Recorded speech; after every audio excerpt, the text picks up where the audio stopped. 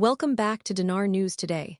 Hold on tight, folks, because what's coming out of Washington, Baghdad, and the Dinar community right now is shaking up every conversation about the Iraqi currency. From Trump's secret envoy to massive IMF meetings and new oil investments flooding into Iraq, this story has everything: power, politics, and the possibility of a currency shift like we've never seen before. Let's break it all down piece by piece, starting with the first major revelation from the Dinar Gurus themselves. According to newshound guru Militia Man, the biggest names in global finance, the IMF, the World Bank, and even the US Treasury are sitting at the same table with Iraq this week right there in Washington, D.C. now. At first glance, this might sound like the moment everyone's been waiting for, the final green light for the RV, right? But wait, Militia Man is quick to cool the hype. He reminds us, this isn't an RV summit. It's the annual financial meetings that happen every single year, where central bankers and ministers from all over the world debate their economies, their visions, and their next big steps. So don't let the headlines fool you. There's no secret RV signing behind closed doors, not yet. But still, the fact that Iraq is sitting right there among the global elite, that means something. It means recognition. It means Iraq's financial voice is getting louder.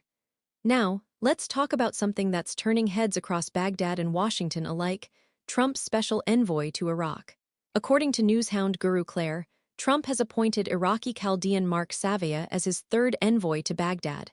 And this move, folks, has people buzzing. Why? Because Savia isn't some career diplomat. He's a businessman, a connector, and someone who's very close to Trump personally. This move suggests Trump's not just watching Iraq from the sidelines. He's making moves, building relationships, and possibly positioning for influence ahead of the upcoming elections. And here's where it gets spicy. Reports say Washington's preparing sanctions on Iraq's elite, while also sending this new envoy. Two opposite messages at once: pressure and partnership. So the question is, what's really going on behind the scenes? Meanwhile, back home in Iraq, Prime Minister al-Sudani dropped a bombshell that can't be ignored. According to Militia Man again, Iraq has now crossed over $102 billion in Arab and foreign investments. That's right, $102 billion. That's not rumor, that's official. And it tells us something powerful. Global investors are seeing Iraq as stable, secure, and sustainable again. They're betting on Iraq's comeback story, and trust me, big money doesn't move unless it sees opportunity. But Militia Man adds a dose of realism. Too, people are tired. People are waiting. But he says, the change is happening, slow or not. Every policy, every reform, every signature, it's all part of a larger design that could soon lead to that long-awaited revaluation moment. Then comes Frank 26, and when he speaks, the dinar world listens. His tone: urgent, direct, almost like a warning shot. Frank says if Prime Minister Sudani doesn't announce the new exchange rate soon, his time as PM could be over. Harsh words, but here's why: the people are demanding results, and Trump's circle, according to Frank, won't support him without action. He even suggests that if Sudani delays too long, Trump could reimpose sanctions and derail the entire monetary reform plan. Now, let that sink in for a second. Because if there's truth to that, the coming weeks could decide Iraq's entire economic future.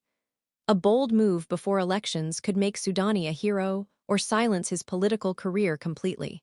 Now, onto one of the biggest debates in the dinar community: what will the final rate be? Intel guru MarkZ shared his thoughts through PDK, saying he expects the worst-case rate to be around $1 per dinar.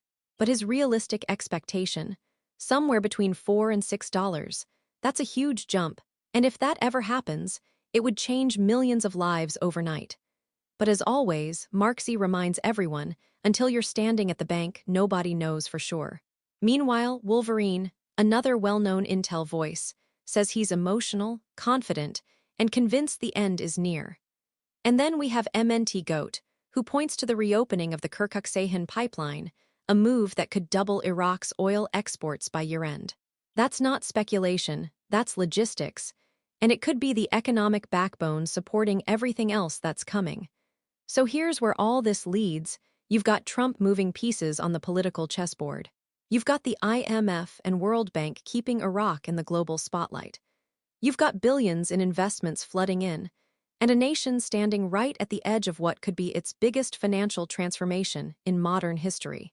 Could this be the setup for the revaluation everyone's been waiting for? Or are we watching another stage in a much longer game, where Iraq proves its stability before taking that leap? Whatever happens, one thing's for sure: Iraq is no longer the silent player. It's being watched, studied, and talked about by some of the biggest names in finance and politics worldwide.